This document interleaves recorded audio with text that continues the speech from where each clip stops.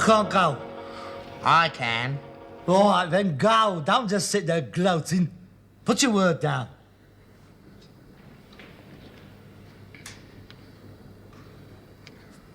What's that? What's that? B-U-M, bum. Triple letter score, double word score. That's 16 and 14, 30. What filthy mind you have got. What's wrong with that? It's vulgar, that's what's wrong with it. Honestly, this is supposed to be an erudite game calculated to increase one's word power. I mean, just look at that board. It's disgusting. There's not one word you put down that can be used in decent company. There's not one word of more than 4 letters. That board is nothing more than a display of calculated filth. Yeah, but they still count, don't they? No, they don't. Yes, they do. If they're in the dictionary, they count, and bum's in the dictionary. Your go. I'm not so sure that bum is in the dictionary. I mean, you don't think all them professors up at Oxford is going to waste their time discussing the merits and the meanings of the word bum? They don't use dirty words like that. My bum's not dirty. I mean, my bum is the American for tramp. Well, that's where I got you. That's where I got you. Because you're not allowed to use colloquialisms or slang. All right, I'll stick to me English bum, which is the part of your anatomy that swells out the back of your trousers. Your go. Oh, this is ridiculous. I mean, how can you compete with this sort of thing? If I'd have thought this game was going to degenerate into a mere catalogue of crudities, I would never have started it in the first place. You're just knocked because I'm winning? Oh, well, you don't care what sort of words you put down. That's not difficult, is it? I mean, look at the difference in the quality of my words and your words. Well, at least I'm having a go at keeping the tone up. Yeah, but you're not winning, are you? And that's what it's all about, mate. You got an S? Supposing I have. Well, you could stick it on the end of my bum and make it bums. I'd rather not if you don't mind. Well, at least I can clean your word up. B-U-M, bum, your word. B-U-M-P-S, bum, piss, my word. That's a 3 and 1 to 3 and 3 and 1 to 11. Isn't that lovely? Bumps. That S has let me in nice. S-O-D, sod. Triple letter, 3, O-1, D2, 3, 6 altogether. I'm not allowing sod. Why not? Nothing wrong with that. Piece of turf. Shakespeare uses it. I don't care if Barbara Cartland uses it. That's not the way you meant it. You meant it as a swear word. You always mean them as swear words because you are dirty and crude and horrible. Your go. I can't go. I can see one. I'm not interested. Have you got a blank? I'm not telling you. You can make it a K and stick it on the end of it. You know... I will not stoop to using obscenities. Besides, you've already used it. You can't go, can you? I didn't say that. I think I shall change all of my letters. You can't. There are only 4 left. I shall change 3 of them then.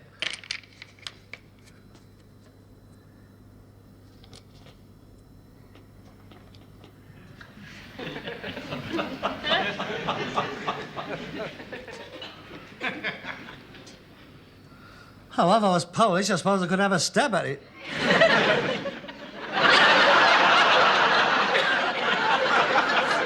Please. Jigwigigigs. You can't go, can you? No, I can't. I can. C-R-U-M. What's that? Crumb. Crumb? What you get in bed when you've been eating biscuits. You don't spell it like that. Don't you? There's a B on the end of it. Is there? Well, no wonder you keep putting down filthy words. They're the only ones you can spell. That is Marco. No, well, I think I can still go. What's that word you got there? Well, that's pet. Pet. C-R-U-M-P-E-T.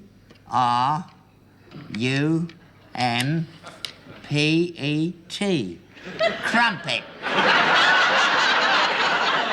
Which you also get in bed. That's 3 and 2, that's 13. Triple letter, double word, that's 29 altogether. That's 523 I've got and 56 to you.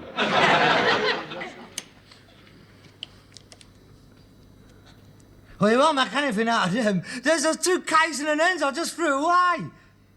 Dee-da, dee-da, dee-da, dee-da, dee-da, dee-da, dee-da. Knickers! That's 50 for me for getting rid of all my letters. That's 535 points I've won by. At a penny a point, that's £5.35 new pence you owe me. Do you like another game? No. It's a good game, isn't it? It is, when it's played properly. Not when it's played by dirty old men like you. Who's that? Stop me. Every time there's a knock on the door, you say, "Who's that?" That's a very annoying habit you've got. I mean, how do I know what it is? I mean, I've got X-ray eyes. I shall go to the door. I shall open it. If it's got anything remotely to do with you, I shall tell you who it is. Well, they don't open it, nobody'll know, will they? It's all right, don't knock the bleeding door down. Oh, hello, Vicar. Good evening, Mr. Steptoe. Inclement weather, is it not? Oh, yes, it's most inclement, yes. It is on nights like these that one's thoughts go out to our sailors and fishermen. Yes, indeed. It must be very empty out there. I wouldn't fancy it. Nor I, indeed, no. Funny how we all take a bit of fish for granted, don't we? Oh, we do. Yes, indeed we do. Yeah. Hardly a thought do we spare for those brave souls. Quite. How much do you want? Well, I thought you was collecting. Oh, goodness me, no. Oh, you better come inside then. Thank you. That's most kind of you. Who was it? The vicar? Oh, God, is he on the ear hole again? My father. He knows you're here. It's just a joke. Would you like to go inside? Thank you very much. He's had 2 bob already off me this year. He must think we're made of money. Fire. Oh, gold. Hello, Vicar. I didn't recognise you with your clothes on. I mean, your suit. Oh, it's a nice one, isn't it? It's not one of ours, is it? I beg your You pardon? didn't get it out of that sackful we sent you for Bangladesh. Father, the vicar is hardly likely to go nicking clothes intended for refugees. Oh, I didn't mean anything. I wouldn't blame him if he did. I mean, his need is as great as theirs. He hasn't got much. Father, would you like to go and make a cup of tea? It's most inclement out. Oh, you don't want tea, Vicar. You want something to warm you up. Here, there. There's a nice little drop of gold watch. Thank you very much. God bless you and the devil miss you. Don't give me one, will you? Would you like to sit down, Vicar, please? No, thank you. Oh, Scrabble, my favourite game. You've just finished, I see. High standard. We haven't got the command of words like what you have got. Perhaps you would both like to come round to the vicarage one evening. My wife is a very keen player. We could make up a foursome. Oh, I'd like that. No, I don't think that's a very good idea. You'd be much too good for us. You crucify us. I mean... How's your knees? Oh, greatly improved, thank you. The vicar's had a touch of housemaid's knee. Has he? Oh, I'm sorry. An occupational hazard, I'm afraid. One has to spend a great deal of time kneeling in my game. You want to get your missus to get you some pads put up into your trousers. All she wants is one of her padded bras, cut it in two and strap it around your knees. It fits lovely. I knew a carpet layer once swore by them, and he reckoned that... Father, I'm sure that the vicar is more than capable of making his own medical arrangements without laying himself open to a charge of transvestism. Would you like to go and put the blanket on the horse and go to bed? No. I want to talk to the vicar. Then kindly moderate your language. To what do we owe the pleasure of this visit? If it is about me not coming to church, I feel I have made my position quite clear about that in the past. Whilst I hold nothing against you, personally, intellectually, I am, like Bertrand Russell before me, a humanist. Consequently, I cannot subscribe to the Christian ethos or dogma. Yes, I remember our conversation that evening very well. Very cogently reasoned, I thought. Oh. I remember your argument that Pascal and Calvin were, Burkes, I think you said. It made a great impression on my wife. Did I say that? I'm most terribly sorry. Not at all. One often gets carried away in a theological discussion. Yeah, but I should not have used language like that. Look, but please explain to your wife that I was a little bit het up and your hospitality was on the generous side. And I was a wee bit Brahms and Liszt. Brahms and Liszt. I shall tell her. No, Mr. Steptoe, the reason for my visit is quite different. Frankly, I have come to ask a favour of you. Oh, anything. Please don't hesitate to ask. As you may know, this week we are celebrating the centenary of our church. Go away. Yes, 100 years of bringing the good word to the people of Shepherd's Bush. Yes, a great deal has changed since then. Yeah, you've a lot of competition from the Muslims now, don't you? Well, it's true. They were pouring out of that converted cinema last week. Like a bus garage it was. I don't regard it as competition. All the great religions of the world are there for the glory of God. In my father's house, there are many mansions. Are there? Well, I wish you'd put up a few round here. The hours and conditions are diabolical. Yes, I am cognizant of the problem. However... Yes, do go on, Vicar. So we have decided to publish a special centenary edition of our parish magazine. What a good idea. And I shall be glad of any contributions that I can get. Oh, I thought so. How much do you want?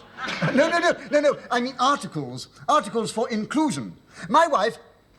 I thought it would be rather nice if we had articles about some of the more exotic trades and professions that have been carried on in the parish throughout the years. Oh, we've had them round here. That place next door used to be a right old knocking shop. Yes, we did used to get a lot of noise from there. It was a wheelwright. Ah. And as you are one of the oldest established firms in the area, we wondered whether one of you would care to write about the history of rag and boning in Shepherd's Bush. I should be delighted to do it. So would I. Father, I think I'd better write it. Oh, I know more than you do. Oh, no, you don't. Sergeant can't write as well as I can. I was always top of my class in composition, you know that. I always used to get 9 out of 10. I got a star once. Oh, yes, words has always been my strong point. Oh, you leave it to me, Vicar. I want to do it. Oh, you can't do it. You have to do something else, won't you? I want to do the article. You're not going to do the article. I'm the artistic one in this house. Cobblers. You can't even spell. Who can't? You can't. I can spell better than you can. Who can? I can. No, you can't. Oh, yes, I can. All right, then spell chrysanthemum. C-H-R-I-S. C-R... K-H-R... Well, not likely to use a word like chrysanthemum in an article about rag and boning, am I? That's where you're wrong, because that's the name of Charlie Harris's horse, chrysanthemum. I don't care. I won't mention him. You can't write an article on rag and boning without mentioning Charlie Harris. He'd be furious. His family's been in the business even longer than ours. Then I shall say Charlie Harris and his horse. Because you can't spell chrysanthemum. I can look it up in the dictionary. How can you look it up and you can't spell it? I'll get someone else to spell it for me, then I shall look it up. How do you spell Malibu? I'm not interested in spelling Malibu. That's Bottles Ferrari's horse. I don't give a toss whose horse it is. Yeah. How many horses and carts followed Arthur Philpott's coffin in 1928? 23. 36. You don't know nothing. You can't spell. You're not competent. I've been a rag and bone man all my life. For so am I. I was a rag and bone man before you was born. I shall be a rag and bone man after you're dead. How do you know? I'll kill you if you don't shut up. Why don't you both write it? Why don't you mind your own business? Beg your pardon. I forgot she was there. Oh, it won't work. I mean, I can't collaborate with him. I mean, how can one undertake work of a creative nature with someone who gets on your threepenny bits as much as he does? Well, this calls for the judgment of Solomon. You got to chop him in half? Why don't you toss for it? You call, Mr. Steptoe. Heads. Tails. You lost. You lost. I've got to do it. I've got to do it. I've got to do it. You big soft Nelly, what are you? You want to get back to your cop, mate? I'm doing it. Don't get upset, Mr. Steptoe. We'd still like a contribution from you. Would you? Of course. Anything? Of course, anything you like. Right, you're on. I'll go and do it now. Good night, Mr. Steptoe, and thank you for the drop of gold watch. Anytime.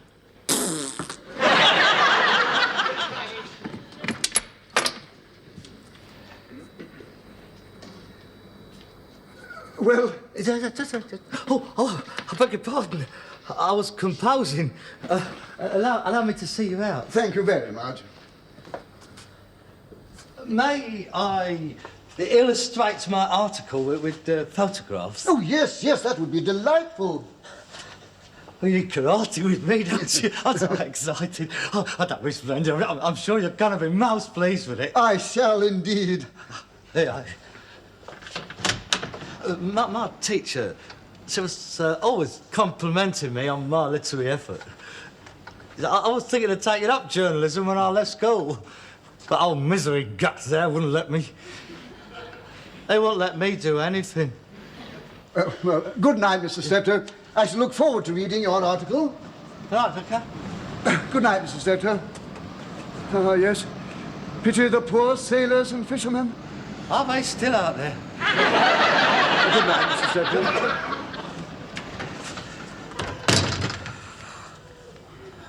This could be the start of a new career.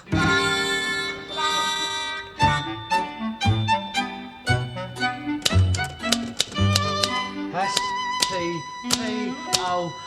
What a stupid place to put an R. Well, don't just have A, B, C or everything else to make a better sense. That's stupid. What's all this rubbish? That is my research. Reference books, taped interviews and photographs. I have photographed and interviewed every totter within 2 miles. I don't mess about. When I do a thing, I do it properly. How much have you written? Mind your own business. You haven't started, have you? Having a bit of a struggle, are you? Don't you worry, it's all up here, mate. I know exactly what I'm going to write. It's just a question of getting it down, that's all. Flaubert had much the same trouble. He said that every word was like tearing the flesh from his body. You go away and do yours, go on. I've done it. You done it? Last week. What you done? Mind your own business. Well, it can't be much good if you've done it that quickly. It's probably extremely facile. Great works always takes a long time. 100 Years of Tutting by Harold K. Steptoe. It'll be 110 by the time you've finished. A pale, wintry sun shone down out of an opalescent sky as a tired old cart horse... Yeah, well, in 1926, during the general strike, under my dad's leadership, we organised... That's Charlie Harris. ...to feed the general marchers en route, so to speak. Bleeding liar. Turn that thing off! Well, he's telling lies. I tried to organise that. He wouldn't give you the drippings off his nose. What else did he tell you? Oh, he gave me some marvellous material. It was wonderful, a human interest. All about how, when he got married, Charlie had nowhere to live.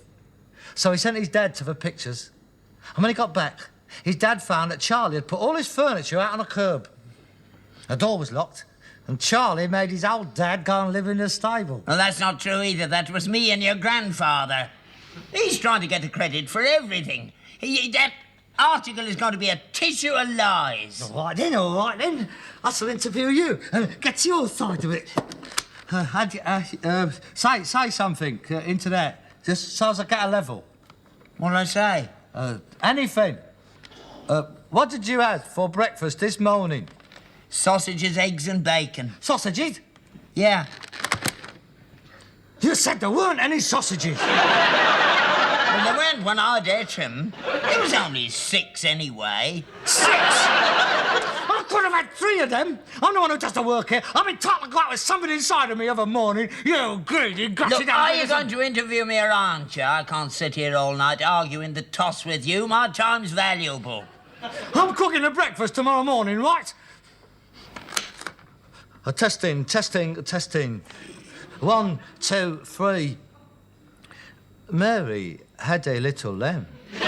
His fleece was white as snow, and everywhere that Mary went, the lamb was sure to go. Yes, that's all right.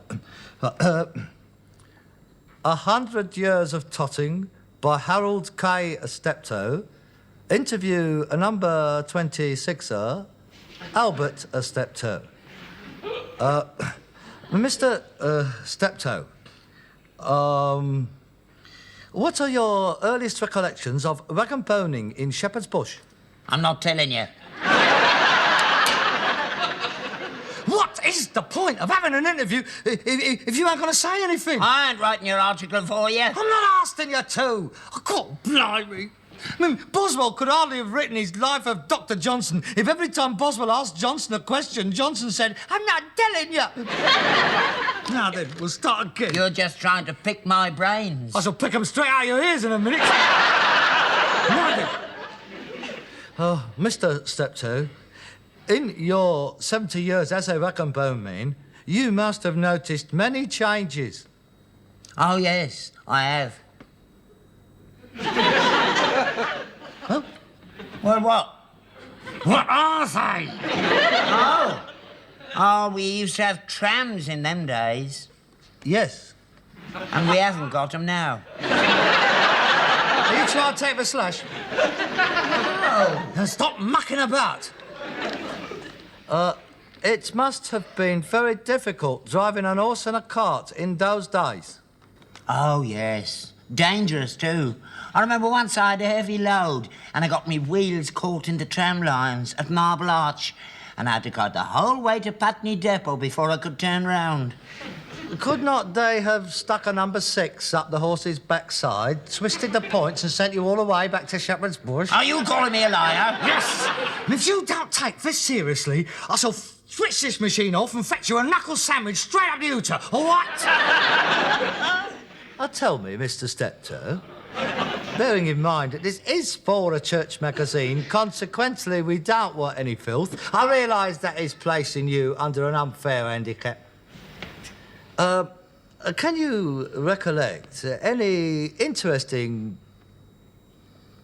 incidents in your long and varied career as a rag and bone man? Oh, yeah. I remember when I was 7, my dad brought me a homing pigeon. Oh, that is nice. And then when it was hard up, I had to bring it down the market and flog it for a tanner. Oh, that is very sad. I flogged that pigeon 523 times before we was tumbled in. That's great! Great! That's exactly what I want. Have you got any more like that?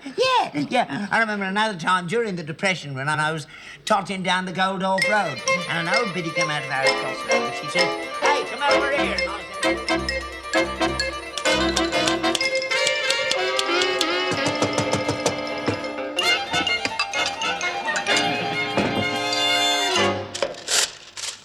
I've just finished reading your article, Mr. Steptoe, and it really is first class. Absolutely fascinating. Just what we wanted.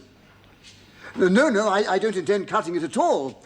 I don't pretend to understand all the colloquialisms, but I'm sure the parishioners will. Yes, we're going to press today 5,000 copies.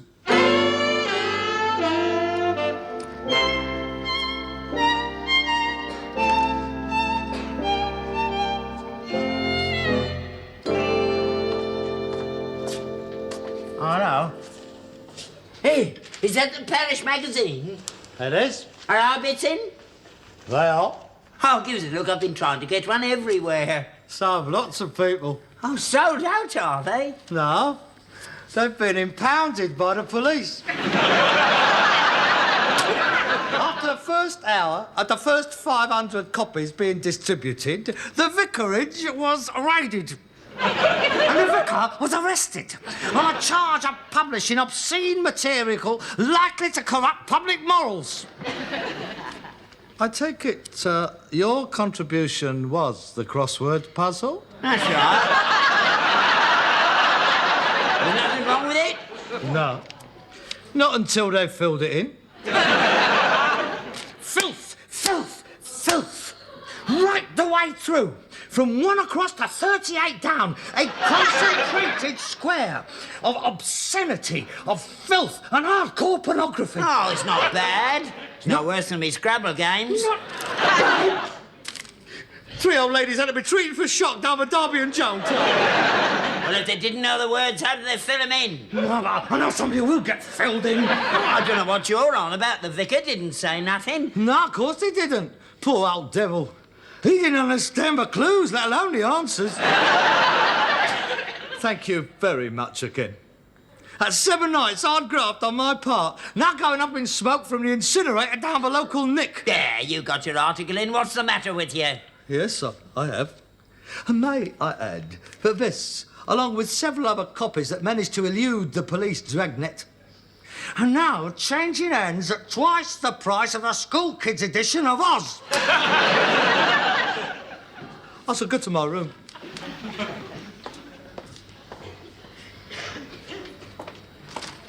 I've just got 3 things to say to you. What's that? 6 across, 13 across, and 28 down.